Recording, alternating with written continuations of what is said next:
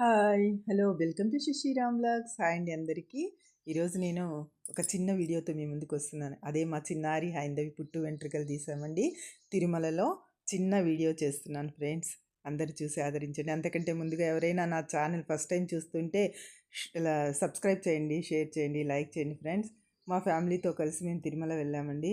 అక్కడ పాపకు పుట్టు వెంట్రుకలు తీసే కార్యక్రమము మా బాబు ఒడిలో కూర్చోబెట్టుకున్నాడు. మా పద్ధతిలో కొబ్బరి అదింతా ఇచ్చేసి మా అల్లుడు కట్ చేస్తూ ఉన్నాడు. మేనమామ కట్ చేయాలి కదా, అందుకని చేస్తున్నారు. మేము మా సాంప్రదాయం ప్రకారం కుడకలు, కొబ్బరి కుడకలు, ఖర్జూరాలు, పసుపు కొమ్మలు ఇలాంటివన్నీ ఇస్తాము అక్కడ అతనికి, క్షురకునికి. తర్వాత మేము చేసే కార్యక్రమం అంతా తర్వాత ఇంటి దగ్గర చేసుకుంటాం ఫ్రెండ్స్.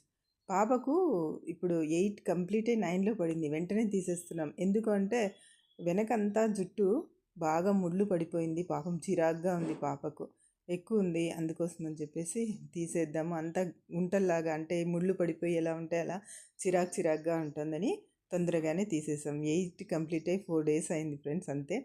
తర్వాత అక్కడ మాకు రూమ్ దొరకలేదు. రూమ్ ఉన్నింది కానీ 5 o'clock వెళ్ళి తీసుకుంటే దొరికేది. మాకు కాస్త ట్రైన్ లేట్ అయిపోయేసరికి వెళ్ళలేకపోయినాం. తర్వాత అక్కడే వడిబియ్యం పోసాం మా బాబుకి, కోడలికి. తర్వాత ఇంట్లో మా వియ్యపురాలకి, మా పాప వాళ్ళకి కూడా, వాళ్ళిద్దరూ మాకు ఆడపడుచులు లాంటి వాళ్ళు కాబట్టి వాళ్ళకి ఇంట్లో వడిబియ్యం పోస్తూ ఉన్నాం ఫ్రెండ్స్. సింపుల్గానే చేసుకున్నాం ఈ కార్యక్రమము. దాంతోపాటు సత్యనారాయణ స్వామి వ్రతాన్ని కూడా మేము ఇక్కడ ఇంట్లో చేసుకున్నాం. ఎందుకు చూపిస్తున్నాను అంటే చిన్న వేడికే అయినా నా సంతోషాన్ని మీతో పంచుకోవాలనిపించి చేస్తున్నాను ఫ్రెండ్స్, అంతే. మనవరాలు, కొడుకు, కూతురు పుట్టు వెంట్రుకలు అనమాట. అయితే ఇక్కడ వడిబియ్యం కూడా మామూలుగా కార్యక్రమం జరిపినట్టే చేస్తామండి. కానీ తెలంగాణ ప్రాంతంలో పసుపు కలిపి పోసినట్టుగా మేము బియ్యంకు మొత్తం పసుపు కలపము. వడిలోకే పసుపు కుంకాలు వేస్తామన్నమాట. వేసిన తర్వాత కొబ్బరి కుడకలు, పండ్లు, తాంబూలంతో వాళ్ళకి ఒడిలో అన్నీ బియ్యం పోస్తామండి. బియ్యం కూడా 5 పావులు, 9 పావులు, లేదంటే 5 సేర్లు ఇలా పోసేస్తారు ఫ్రెండ్స్. మేమైతే ఈ విధంగా చిన్నగా ఇంట్లో బియ్యం కార్యక్రమం చేస్తూ ఉన్నాం. నలుగురికి బియ్యం పోసామన్నమాట. బియ్యం కార్యక్రమం అక్కడ మా కోడలు కూడా వాళ్ళ ఆడపడుచుకి పోస్తున్నది.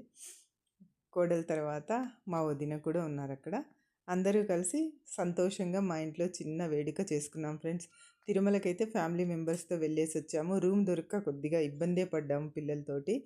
ఎందుకంటే మేము లేటుగా వెళ్ళేసరికి మాకు అలాట్ చేసిన రూమ్స్ క్యాన్సిల్ అయిపోయాయి అన్నమాట. మళ్ళీ దొరకలేదు, కొంచెం ఇబ్బంది పడ్డాం. చివరికి ఒక రూమ్ దొరికింది, ఇలాగ అడ్జస్ట్ అయ్యి వచ్చేసాం.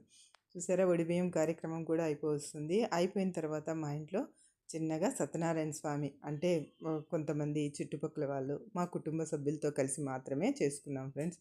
గ్రాండ్గా పెద్ద వేడుకలాగా చేయలేకపోయినాము. ఇంట్లో అయిపోయిన తర్వాత తులసమ్మకు మామూలుగా దర్శనం చేస్తారు. చేసిన తర్వాత మళ్ళీ ఇంట్లో గడపకు మొక్కేసుకొని ఇంట్లోకి వెళ్ళిపోతారు. ఇల్లంతా కూడా పిల్లలతో, చుట్టాలతో సందడిగా ఉంది ఫ్రెండ్స్.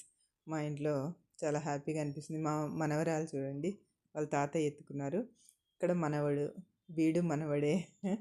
3 మనవాళ్ళు అండి నాకు. ఇంట్లో చుట్టాలు కూడా వచ్చి ఉన్నారు, నైబర్స్ చుట్టాలు అంతా.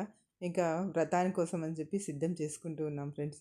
అప్పటికే లేట్ అయిపోయింది. మార్నింగే దిగాం తిరుమల నుంచి, కానీ ఇదంతా కూడా అరేంజ్ చేసుకున్నాం అప్పుడప్పుడే అనుకొని వెంటనే అరేంజ్ చేసుకున్నాం అనమాట. నవగ్రహ పూజ కోసం అని చెప్పి అంతా సర్ది పెట్టుకున్నారు పంతులు గారు. తర్వాత వ్రతం చేసుకున్నాం ఫ్రెండ్స్.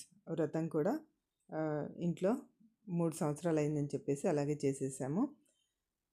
ఇంట్లో చేస్తూనే ఉంటాం, అంటే టెంపుల్లో చేసుకుంటాను, ఇంట్లో మాత్రం 3 ఇయర్స్కి ఒకసారి అలా జరుపుకుంటూ ఉంటాం వేడుక. సత్యనారాయణ స్వామిని భక్తితో కొలిస్తే మనకు హ్యాపీగా, సంతోషంగా మన కుటుంబాన్ని చల్లగా చూస్తాడు ఆ భగవంతుడు.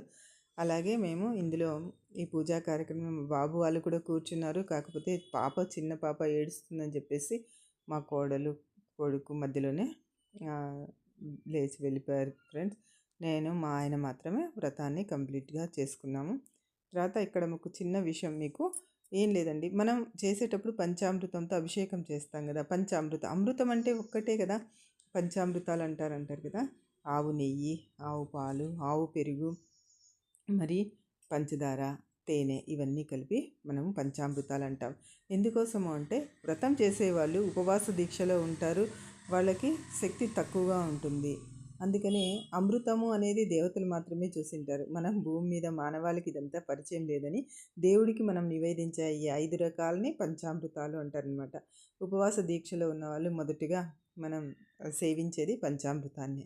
అది శక్తినిస్తుంది. దాంతోపాటు అందులో మనము కాజు కానియండి, బాదం కానియండి, ఇలాంటి డ్రై ఫ్రూట్స్, కొన్ని ఫ్రూట్స్ అన్నీ కలుపుతారు కాబట్టి అది బలవర్ధకమైనటువంటిది.